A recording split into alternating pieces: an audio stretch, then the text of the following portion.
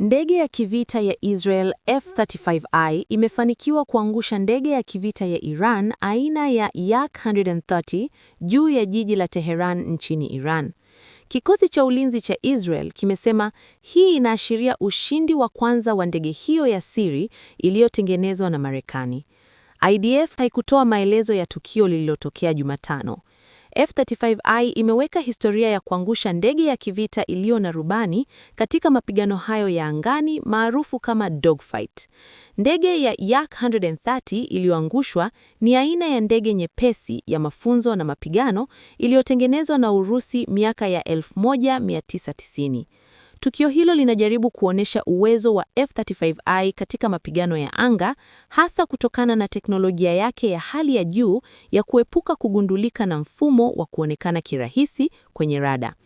Ndege F-35I Idir inayotumiwa na Israel ni toleo maalum la F-35 lililoundwa kulingana na mahitaji ya Israel. Jukwaa la wachambuzi la masuala ya kijeshi wanasema F-35I ya Israel imefananishwa na Ferrari na Yak 130 ya Irani imefananishwa na Honda Accord EX au Corolla.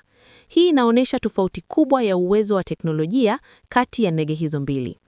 F-35I ni ndege ya kivita ya kisasa iliyotengenezwa na Marekani, wakati Yak 130 ni ndege ya mafunzo na mapigano madogo iliyotengenezwa na Urusi.